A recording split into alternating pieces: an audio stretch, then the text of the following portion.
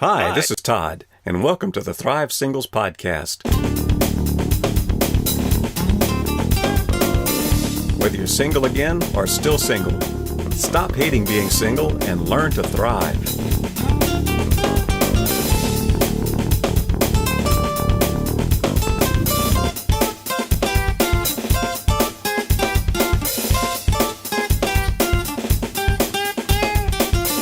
And welcome back to the Thrive Singles Podcast.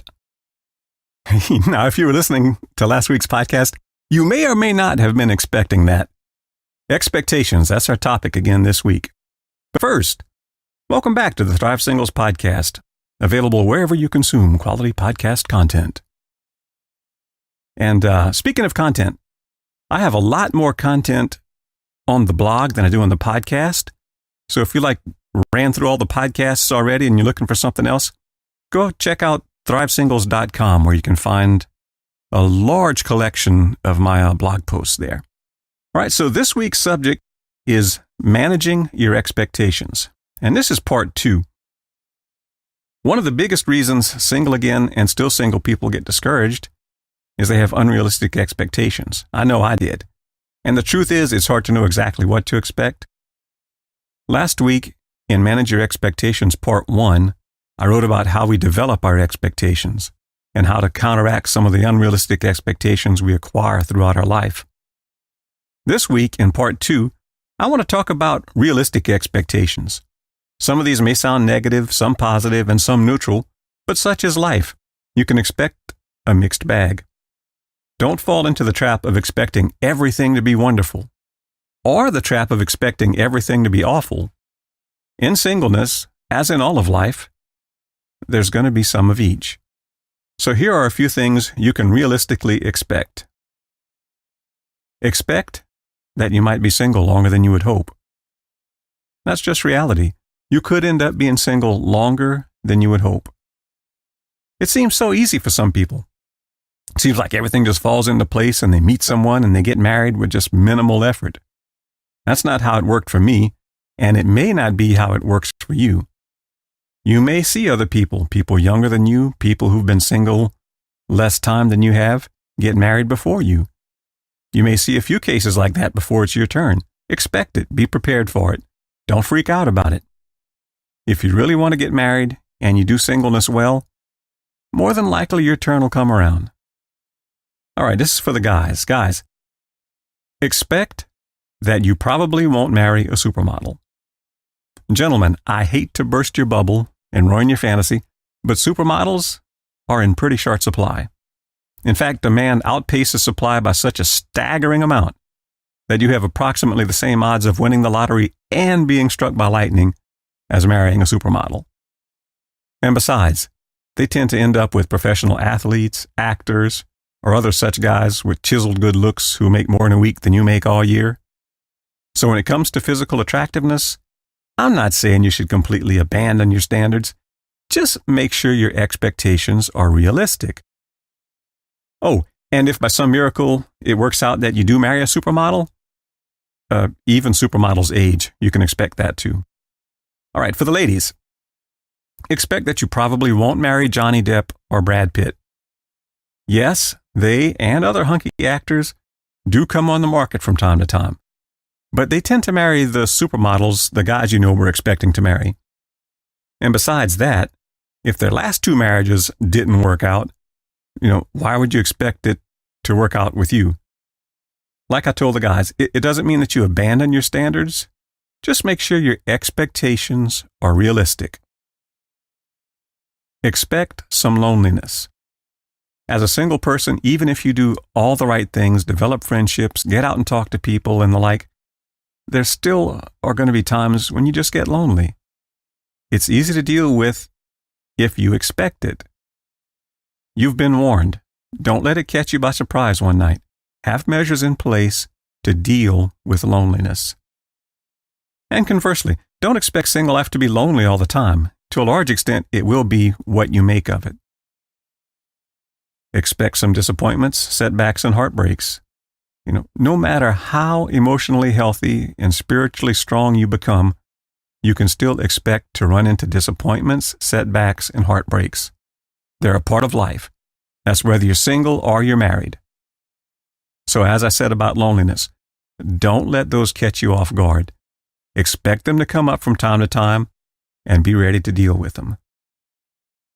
You can also expect some moments of weakness and self-doubt. That's just part of the human condition. You can expect those too, whether you're married or whether you're single. And again, as I said with loneliness, disappointments, setbacks, heartbreaks, expect these from time to time and be ready to deal with them. But you can also expect to bounce back stronger if you fight your way through them and learn something along the way. Expect some moments of clarity and purpose. Don't expect only bad things. Among all the things you can realistically expect to have moments of clarity and purpose. There will be times when it all seems to make sense and all seems right with the world. But you'll need to do some work to get there and take some time to stop and reflect. The work involves building yourself up with lots of good input. Expect some joy in the journey. You shouldn't have to wait until some future time to enjoy life. You should expect to find joy now in the journey. In fact, as you do one right thing, then the next right thing, then the next right thing, you can expect joy to find you. Expect some help. You can expect God in His love and wisdom to send the right help at the right moment. It never seems to come when we expect it or in the form we expect it, but it does seem to show up in the right form at the right time. Whether it's a financial blessing, a visit from a friend, a good word, a helping hand, or that little bit of knowledge you need at the time, expect it to show up when it's most needed. Expect contentment and fulfillment. Yes, you can expect, while you're single, to be content and fulfilled. Because contentment and fulfillment are not a product of marriage. Those are prerequisites. Here again, it takes little work. You work at learning to be content and finding things to do that are fulfilling. If you do the work, you can expect contentment and fulfillment. Expect growth and change. As they say, the only thing constant is change. You can absolutely expect things to change, and over time, you can absolutely expect you to change. It's as inevitable as the sun rising and setting. If you do the right things and feed your brain good things, you can expect to change for the better. You can expect to grow. Expect the unexpected. Always expect the unexpected. Things could always turn out better or worse than you expect. Either way, don't let it catch you off guard. You're not guaranteed the best, but don't always expect the worst either. Okay, now here are a few things you can do that will help you manage your expectations. Strive toward realistic expectations. Most people's expectations tend toward the unrealistic. Either they end up too optimistic or too pessimistic. Strive to have expectations that are realistic. Best case and worst case scenarios are outliers. Reality is usually somewhere in that muddled middle. Prepare for the worst case, be able to accept the best case, but expect things to probably end up somewhere in between. Don't exaggerate. Stay away from exaggerating unless you have literally failed at everything you have ever attempted in your entire life, or things have literally never in your entire life ever worked out well for you. Stop using words like never and always. Using those words just indicates a tendency toward exaggeration and perhaps even fatalism. Instead, try to see things accurately and realistically. Then start speaking about things in more accurate, realistic terms.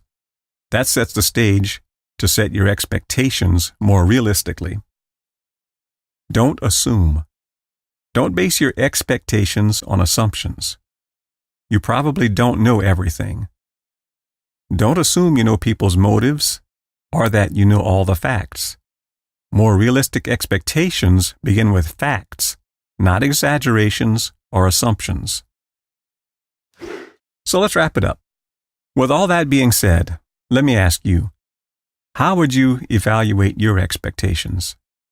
Are they overly optimistic? Overly pessimistic? Or are they realistic? How are your expectations affecting your life as a single person? And how can you adjust your expectations to be more truth-based and more in line with reality? I hope you enjoyed this week's podcast. See you next week. Till then, be sure to subscribe and go check out my extensive archive of past posts at thrivesingles.com. And thrive on. Oh, thrive. Yeah, come alive. There's more to life. You gotta grow. You gotta thrive. Whoa, whoa, you gotta thrive. There's more to life than to just survive.